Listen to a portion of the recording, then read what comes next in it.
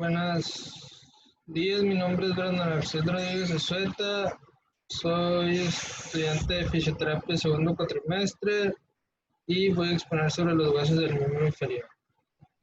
Vamos a empezar por el hueso ilion, que es el hueso más grande de la pelvis, uno de 3 huesos que forman la cintura pélvica y conecta la columna vertebral a cada extremidad inferior.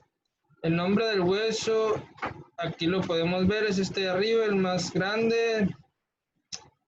Y pues el nombre del hueso, el nombre de este hueso significa lomo o flanco.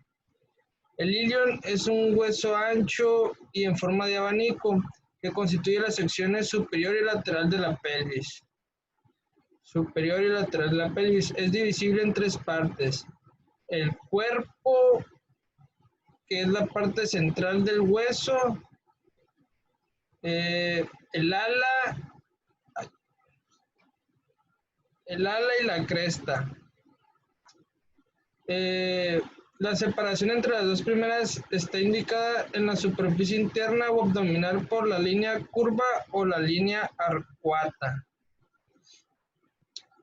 Y en la cara externa, que da hacia la pierna, es separada por el margen del acetábulo, que es este. Y las alas se extienden a cada lado de la espina dorsal. La cresta ilíaca es la porción, estas son las alas, y la cresta ilíaca, que es la que está arriba, es la porción superior y corre desde la espina ilíaca superior hasta la espina ilíaca anterior. Luego, la cresta ilíaca es el nombre que recibe el borde superior del ala del ilion, que se extiende hasta el margen de la pelvis mayor. Este es palpable tanto en hombres como en mujeres en toda su extensión, de forma general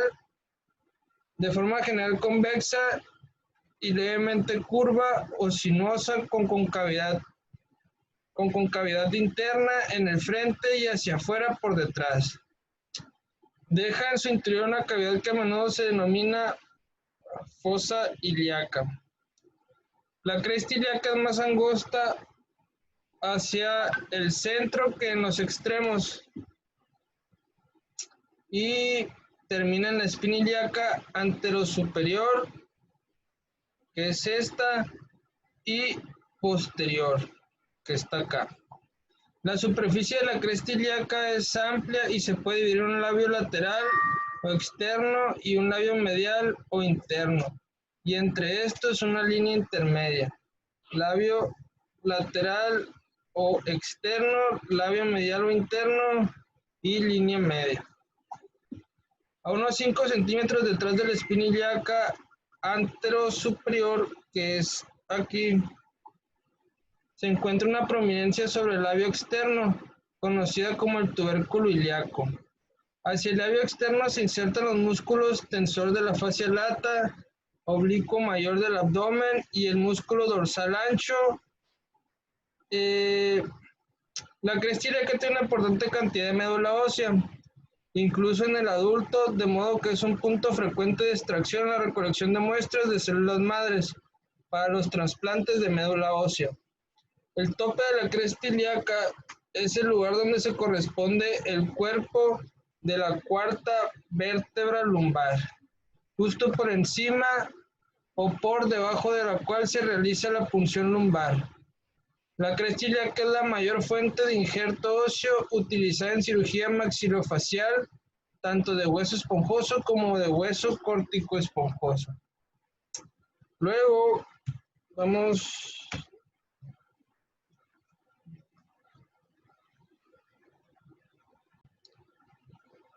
a hablar ahora de la espina ilíaca posterosuperior, que la tenemos, debería estar aquí, arriba de la posterior inferior. El borde posterior del ala, más corta que la anterior, también presenta 2 salientes separadas por una muesca, que es la espina ilíaca superior posterior y la espina ilíaca posterior inferior. Aquí tenemos la muesca La espina ilíaca posterior superior sirve para la unión de la porción oblicua de los ligamentos sacroiliacos posteriores y el músculo multífido. Ahora vamos a hablar del pubis, que es este azulito que tenemos aquí. El pubis forma parte de los huesos coxales, al igual que el ilion, y está situado en su parte frontal. Está conformado por un cuerpo anterior que es un cuerpo anterior que se une con el cuerpo del otro hueso del pubis mediante la sínfisis del pubis, que formarían esto. Una rama superior que se continúa con el hueso ilion y una rama inferior que se continúa con el isquion. Las dos ramas del pubis delinean un triángulo central llamado agujero obturador que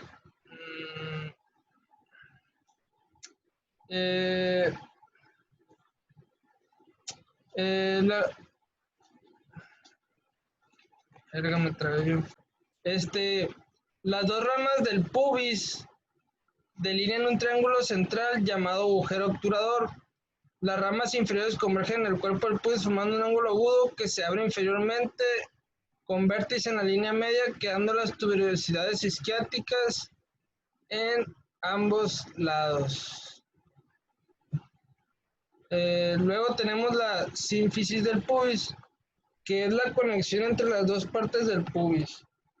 Presenta una línea de cartílago calcificado y resistente en la mujer. La sínfisis pues va a estar cubierta por tejido adiposo y va a tener el nombre de monte de Venus. Esta sínfisis del pubis es la articulación cartilaginosa media que une las ramas superiores derecha e izquierda de los huesos púbicos.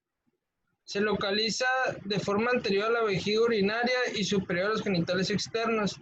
En las mujeres está localizado sobre la vulva y en hombres se localiza sobre el pene. En hombres, el ligamento suspensorio del pene está anclado a la sínfisis púbica. En el caso femenino, la sínfisis púbica se encuentra íntimamente cercana al clítoris. Isquion.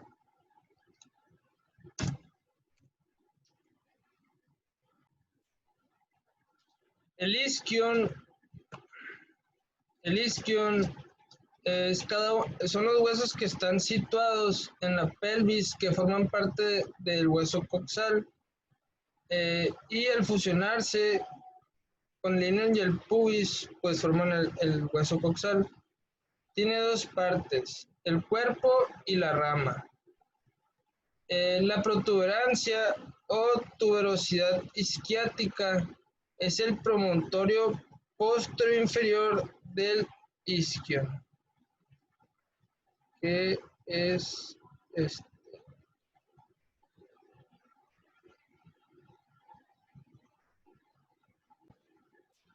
La protuberancia o tuberosidad isquiática es el promontorio posterior del isquion, que es este. Luego tenemos el acetábulo. Es la porción articular cóncava de la superficie de la pelvis, formada por el ilion, el isquion y el pubis, a la cual se articula la cabeza del fémur, con lo que se forma la articulación de la cadera. El isquion va a constituir las 2/5 partes de esta estructura y forma el límite inferior lateral. El ilion representa el límite superior y proporciona al menos 2/5 partes, y el resto está formado por el pubis en la línea media. El acetábulo está delimitado por un prominente margen asimétrico en la parte superior, grueso y fuerte, que sirve para conectar el ligamento glenoideo que estrecha el orificio y ahonda la superficie para formar la articulación de la cadera. En la parte inferior del acetábulo se encuentra la muesca acetabular, que es esta. y la cual continúa formando una depresión, la cual se va hundiendo más, va a continuar una depresión circular y forma la fosa acetabular, que es el fondo de la cavidad. El resto del acetábulo está constituido por una superficie curva en forma de creciente, donde la articulación se une a la cabeza femoral. La ceja cotiloidea está interrumpida por la escotadura en su parte inferior. Está compuesto además por un labrum o rodete y el trasfondo acetabular que está relleno de tejido adiposo. El hueso sacro es un hueso corto, impar, central, simétrico, oblicuo, compuesto por cinco piezas soldadas en forma de pirámide cuadrangular, que presenta una base, un vértice y 4 caras, anterior, posterior y laterales. Sus alas sacras en las zonas laterales se unen con las palas ciáticas de la pelvis. ¿Qué son estas? Se encuentra debajo de la vértebra L5 y encima del coxis entre los huesos coxales con todos los cuales se articula. Contribuye a formar la columna vertebral y la pelvis. Su función principal es transmitir el peso del cuerpo a la cintura pélvica. El borde anterior de S1 es sobresaliente y se denomina promontorio del sacro. El vértice se articula con el coxis. El orificio vertebral del sacro se denomina conducto sacro. Contiene las raíces nerviosas de la cola de caballo. En las caras pélvicas y dorsal del sacro aparecen 4 pares de orificios sacros a través de los cuales emergen ramos dorsales y ventrales de los nervios espinales. Tenemos el coxis, que es la última pieza ósea de la columna vertebral, y el vestigio de una cola que en el caso de los embriones humanos aparece hacia el final de la 4ª semana del desarrollo embrionario para desaparecer en el inicio de la 8ª semana.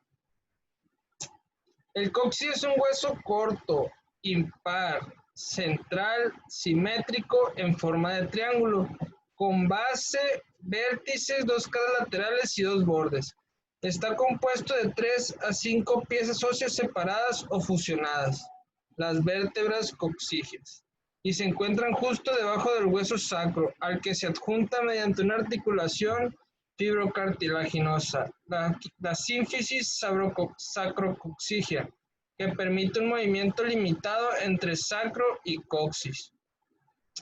A pesar de ser el vestigio de una cola, el coxis posee todavía una función anatómica, pues sirve de apoyo para un cierto número de ligamentos y músculos. El coxis no participa con las demás vértebras para soportar el peso corporal en bipedestación. Sin embargo, en sedestación puede flexionarse anteriormente de forma ligera, lo que indica que está soportando parte del peso. El coxis ofrece inserciones para parte de los músculos glúteo mayor y coxígeo y para el ligamento anocoxígeo, intersección fibrosa de los músculos pubocoxígeos. El coxis se clasifica entre los huesos de las extremidades inferiores, ya que las vértebras de la columna están unidas al sacro y posteriormente al coxis. Por debajo del sacro continúan las vértebras coxígeas, las que sí reciben la categoría de huesos vertebrales. La cara pélvica del coxis es cóncava y bastante lisa, y la cara dorsal posee apófisis articulares rudimentarias. La coxígea 1 es la más grande y ancha de todas las vértebras coxígeas. Sus apófisis transversas cortas se comunican con el hueso sacro, y sus apófisis articulares rudimentarias forman las astas del coxis, que se articulan con las correspondientes del sacro. Las tres últimas vértebras coxígeas suelen fusionarse durante las etapas intermedias de la vida, creando un hueso arrosariado de donde procede su nombre. Con la vejez, la coxígea 1 suele unirse con el sacro y las vértebras coxígeas restantes se funden en un solo hueso. Por último, tenemos al fémur. Es el hueso del muslo, el segundo segmento del miembro inferior. Es el hueso más largo, fuerte y voluminoso del cuerpo de la mayor parte de los mamíferos. Se encuentra debajo del glúteo y detrás de los cuádriceps. Hueso largo, par y asimétrico. Se observa una ligera torsión. El eje del cuello femoral no está en el mismo plano que el eje transversal de los cóndilos. Anatómicamente, y como en todos los huesos largos, distinguimos en el fémur tres partes fundamentales. El cuerpo o diáfisis, que presenta tres caras, anterior, interna y externa, y tres bordes, interno, externo y posterior. Epífisis o extremo superior, que se articula con el coxal. Epífisis o extremo inferior, que se articula con la tibia. El cuerpo, la diáfisis femoral es prismática, triangular. En ella hay que describir tres caras y tres bordes. Su cara anterior ligeramente convexa en sentido transversal y lisa, presta inserción en su mayor parte, y por arriba al músculo crural. Por los bordes internos y externos se muestran las otras dos caras del fémur, la interna y externa.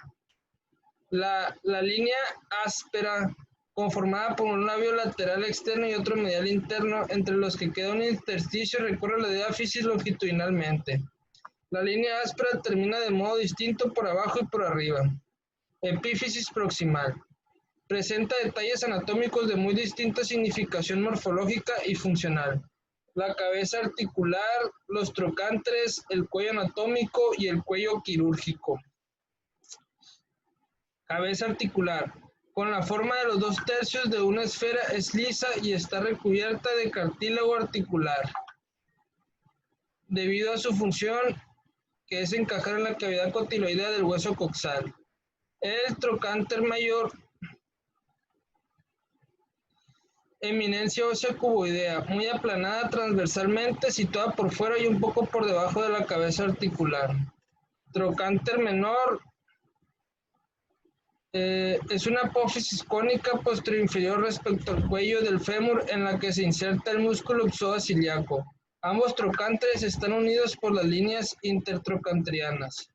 Cuello anatómico. Une la cabeza articular arriba y adentro con los trocánteres, abajo y afuera. Con la forma de un cilindro aplanado en sentido anteroposterior, el cuello anatómico cuello está en una íntima relación con la cápsula articular de la articulación coxofemoral. Cuello quirúrgico. Inmediatamente por debajo de los trocánteres, representa la unión del cuerpo del fémur con su extremo superior. Epífisis distal. Voluminosa, la epífisis distal se organiza en los cóndilos en dos masas laterales respecto al plano sagital de la diáfisis, cóndilo interno y cóndilo externo. En ellos se desarrolla la tróclea, superficie lisa para la articulación del fémur con la tibia, en la rodilla de la articulación femorotibial. El cóndilo interno es menor que el externo. En su cara lateral cutánea destacan dos relieves óseos, la tuberosidad interna y el sensor del ligamento lateral interno de la articulación de la rodilla. El cóndilo externo, más voluminoso que el interno, presta inserción al ligamento lateral externo de la articulación de la rodilla, en la tuberosidad externa de su cara lateral, así como el gemelo externo y popliteo. En las caras medias de ambos cóndilos se insertan los ligamentos cruzados de la articulación de la rodilla.